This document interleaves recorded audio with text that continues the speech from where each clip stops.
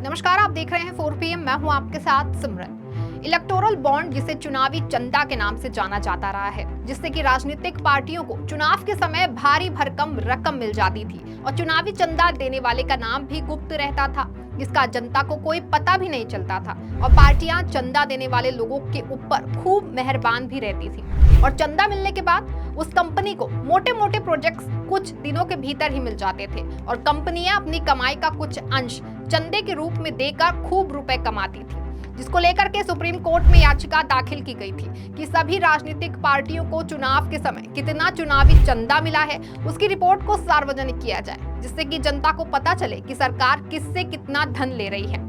जो फर्म संस्था पार्टियों को चुनावी चंदा उपलब्ध कराती थी वो मनमाने तरीके से अपना व्यवसाय चलाती थी और सरकार का उस पर कोई भी हस्तक्षेप नहीं होता था। इसका कारण था कि अगर सरकार उन लोगों कंपनियों पर कोई एक्शन करती है तो सरकार को मिलने वाला चंदा बंद हो जाएगा और चुनाव के समय खर्च किए जाने वाला रुपया कहां से आएगा।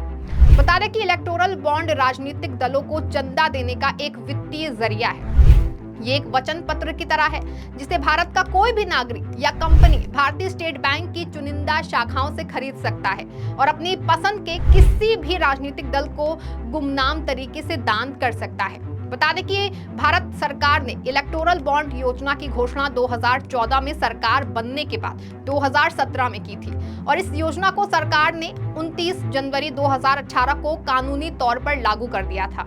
वहीं इस योजना के तहत भारतीय स्टेट बैंक राजनीतिक दलों को धन देने के लिए बॉन्ड जारी कर सकता है और इन्हें ऐसा कोई भी दाता खरीद सकता है। इसके पास एक ऐसा बैंक खाता है जिसकी KYC की जानकारियां उपलब्ध हैं। इलेक्टोरल बॉन्ड में भुगतानकर्ता का नाम नहीं होता है। बता दें कि इस योजना के तहत भारतीय स्टेट बैंक की स्पेसिफाइड शाखाओं ने 1,000 रुपए, 10,000 रुपए और 1 लाख रुपए, 10 लाख रुपए और 1 करोड़ रुपए में से किसी भी मूल्य के इलेक्टोरल बॉन्ड खरीद जा सकते हैं। वहीं से चुनावी बॉन्ड की अवधि केवल 15 दिनों की होती है, जिसके दौरान इसका इस्तेमाल सिर्फ जनप्रतिनिधित्व अधिनियम के तहत पंजीकृत राजनीतिक दलों को दान देने के लिए किया जा सकता है और केवल इन्हीं राजनीतिक दलों को इलेक्टोरल बॉन्ड के जरिए चंदा दिया जा सकता है, जिससे कि लोकसभा या विधानसभा के लिए पिछले आम चुनाव में डाले गए वोटों का कम से कम 1% वोट हासिल किया जा सका हो।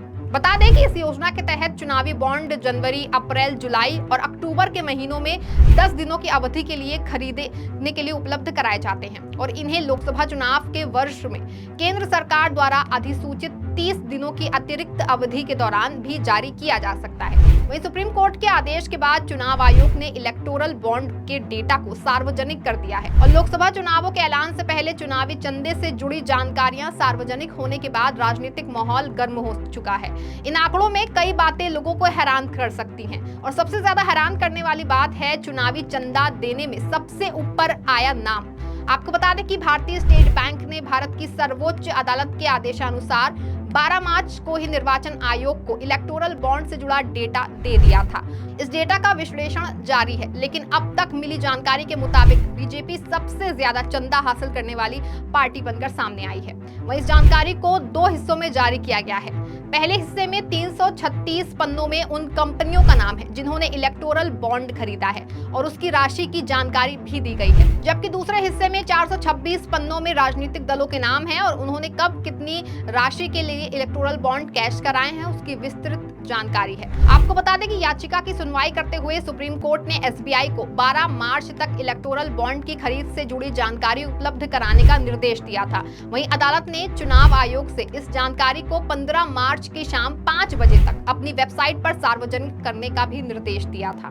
बता दें कि इस जानकारी के अनुसार बीजेपी ने इस अवधि में कुल 60 अरब रुपए से अधिक के इलेक्टोरल बॉन्ड को भुनाया है। वहीं इस मामले में दूसरे नंबर पर तृणमूल कांग्रेस है, जिसने 16 अरब रुपए से अधिक के इलेक्टोरल बॉन्ड को इनकैश किया है। वहीं सबसे ज्यादा इलेक्टोरल बॉन्ड खरीदने वाली company future gaming and hotel services है।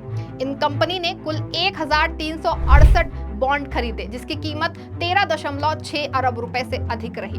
चुनाव आयोग की ओर से जारी चुनावी बॉन्ड इनकैश करवाने वालों की लिस्ट में बीजेपी पहले और ऑल इंडिया तृणमूल कांग्रेस दूसरे नंबर पर है। वहीं इस मामले में तीसरे नंबर पर अध्यक्ष अखिल भारतीय कांग्रेस समिति है, जिसने 14 अरब रुपए से अधिक के इलेक्टोरल बॉन्ड को इनकैश किया है।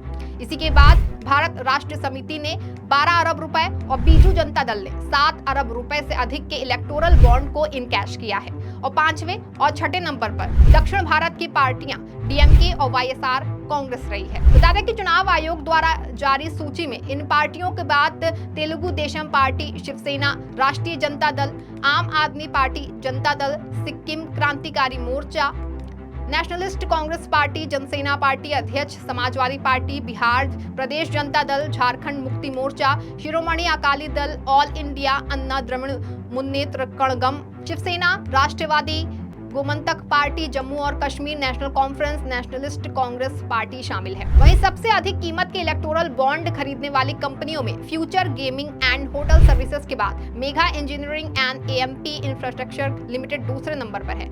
फ्यूचर गेमिंग ने कुल 1368 बॉन्ड खरीदे, जिसकी कीमत 1368 करोड़ रुपए थी। वहीं मेगा इंजीनियरिंग ने 966 करोड़ रुपए के कुल 966 बॉन्ड खरीदे। इसके बाद जिन कंपनियों ने सबसे अधिक बॉन्ड खरीदे उनमें Quick Supplier Chain Private Limited, Haldia Energy Limited, Vedanta Limited, Essel Mining and Industries Limited, Western UP Power Transmission Company Limited, Keventer Food Park Infra Limited, Madan Lal Limited, Bharti Airtel Limited, Yashoda Super Speciality Hospital, Utkal Alumina International Limited, DLF Commercial Developers Limited, Jindal Steel, IFB Agro Limited, Doctor Reddy Laboratory आदि शामिल हैं। बता दें कि चुनाव आयोग के जानकारी जारी करने के बाद वरिष्ठ अधिवक्ता प्रशांत भूषण ने चुनावी बॉन्ड खरीदने वाली दूसरे नंबर पर रहे mega engineering and infrastructure limited को लेकर के सवाल किए हैं। बता दें कि एडवोकेट प्रशांत भूषण ने ट्वीट में कहा है कि 11 अप्रैल 2023 को मेगा इंजीनियरिंग ने 100 करोड़ के इलेक्टोरल बॉन्ड किसको दिए, लेकिन एक महीने के अंदर ही उसे बीजेपी की महाराष्ट्र सरकार से 14,400 करोड़ रुपए कॉन्ट्रैक्ट मिल जाता है। हालांकि एसबीआई ने इस जानकारी में बॉन्ड के नंबर छिपा लिए हैं, लेकिन फिर भी कुछ डोनर और पार्टियों के मिलान कर के एक अनुमान लगाया जा सकता है। ज्यादातर चंदे एक हाथ दे दूसरे हाथ ले जैसा लग रहे हैं। बता दें कि इसी साल 2024 में 15 फरवरी को सुप्रीम कोर्ट ने इलेक्टोरल बॉन्ड को असंवैधानिक करार दिया था। इसी के साथ ही शीर्ष न्यायालय ने एसबीआई को निर्देश दिया था कि वो 6 मार्च 2024 तक इलेक्टोरल बॉन्ड की जानकारी चुनाव आयोग को दे। एसबीआई इलेक्टोरल बॉन्ड बेचने वाला अकेला अधिकृत बैंक है। वहीं सुप्रीम कोर्ट के आदेश में अप्रैल 2019 से लेकर अब तक खरीदे गए इलेक्टोरल बॉन्ड का डेटा देने के लिए कहा गया था। हालांकि 6 मार्च आने से पहले ही एसबीआई ने सुप्रीम कोर्ट में एक याचिका दायर करके जानकारी देने की तारीख को बढ़ाकर 30 जून करने की मांग की थी, लेकिन 11 मार्च को सुप्रीम कोर्ट ने एसबीआई की ये याचिका ठुकरा दी और कहा कि 12 मार्च तक चुनाव आयोग को डेटा दे। साथ ही शीर्ष न्यायालय ने चुनाव आयोग से 15 मार्च की शाम 5 बजे तक सभी जानकारी वेबसाइट पर अपलोड करने के लिए भी कहा।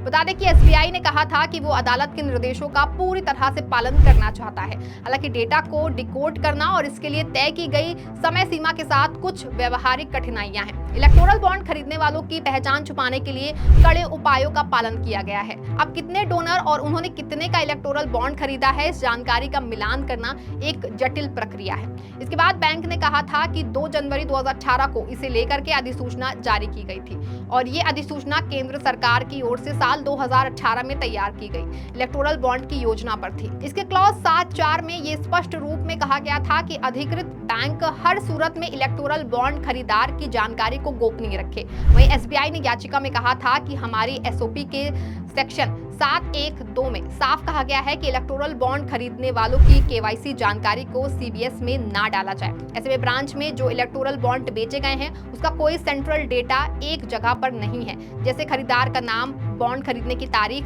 जारी करने की शाखा, बॉन्ड की कीमत और बॉन्ड की संख्या। ये डेटा किसी सेंट्रल सिस्टम में नहीं है। बता दें कि इलेक्टोरल बॉन्ड राजनीतिक दलों को चंदा देने का एक वित्तीय जरिया है।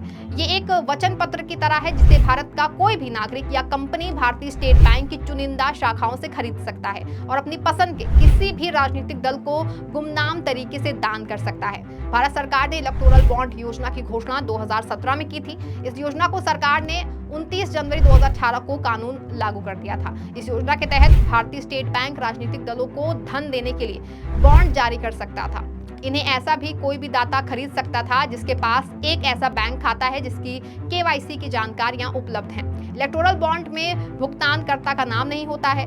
वहीं इस योजना के तहत भारतीय स्टेट बैंक की निर्दिष्ट शाखाओं से 1000 रुपए, 10,000 रुपए, 1 लाख रुपए, 10 लाख रुपए और 1 करोड़ रुपए में से किसी भी मूल्य के इलेक्टोरल बॉन्ड खरीदे जा सकते हैं। आपको बता दें कि भारत सरकार ने इस योजना की शुरुआत करते हुए कहा था कि इलेक्टोरल बॉन्ड देश में राजनीतिक फंडिंग की व्यवस्था को साफ कर देगा। लेकिन पिछले कुछ सालों में ये सवाल बार बार उठा कि इलेक्टोरल बॉन्ड के जरिए चंदा देने वालों की पहचान गुप्त रखी गई है, इसीलिए इससे काले धन की आमद को बढ़ावा मिल सकता है। लेकिन इन सब आरोपों के बाद सब कुछ साफ हो गया है और चुनावी चंदे की रिपोर्ट को सार्वजनिक कर दिया गया है। वहीं काला धन को वापस लाने के लिए सरकार द्वारा नोटबंदी भी की गई थी, जिससे कि आम जनता को ही खामियाजा भुगतना पड़ा था। लेकिन काला धन वापस नहीं आया। वहीं अब रिपोर्ट सार्वजनिक होने के बाद सरकार जनता को बताए कि इतना सारा चंदा कब और कहां, किस मत में कितना खर्च किया गया है। इस खबर में फिलहाल बस इतना ही। तब तक के लिए आप देखते रहें 4 PM। धन्यवाद।